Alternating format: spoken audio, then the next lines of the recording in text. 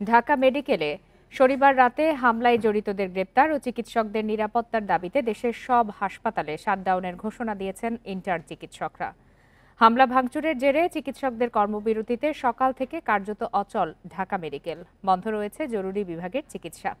প্রিয় নম্বর সেট করে বিকাশে সেন্ড মানি করুন ফ্রি। সমস্যা সমাধানে ইন্টার্ন চিকিৎসকদের সাথে ঢাকা মেডিকেলের পরিচালকের বৈঠকে কোনো সমাধান আসেনি। অপ্রীতিকর পরিস্থিতি এড়াতে পুলিশের পাশাপাশি মোতায়েন রয়েছেন সেনা সদস্যরা। এরই মধ্যে জরুরি বিভাগে দেখা গেছে রোগীর ভিড়, এর মধ্যে মুমূর্ষু রোগীও রয়েছেন। এর আগে ভুল চিকিৎসায় শিক্ষার্থী মৃত্যুর অভিযোগে মারধর করা হয় চিকিৎসকদের, চালানো হয় ভাঙচুর। জরুরি বিভাগে ধারালো অস্ত্র নিয়ে হামলার ঘটনাও ঘটে। পরে স্বাস্থ্য সুরক্ষা আইনের দাবি জানান ইন্টার্ন চিকিৎসকরা। 24 ঘন্টায় দাবি আদায় না হলে দিয়েছিলেন কর্মবিরতির ঘোষণা। তাদের সাথে একাত্মতা জানিয়ে এই কর্মসূচিতে সমর্থন দিয়েছে অন্যান্য চিকিৎসকরাও।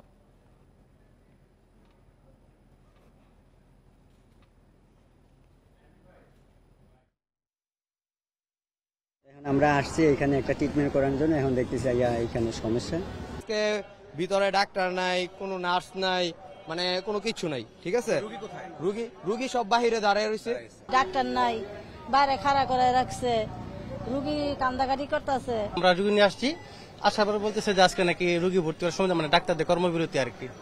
তো আমরা চেষ্টা করছি, ভর্তি করতে পারতেছি না।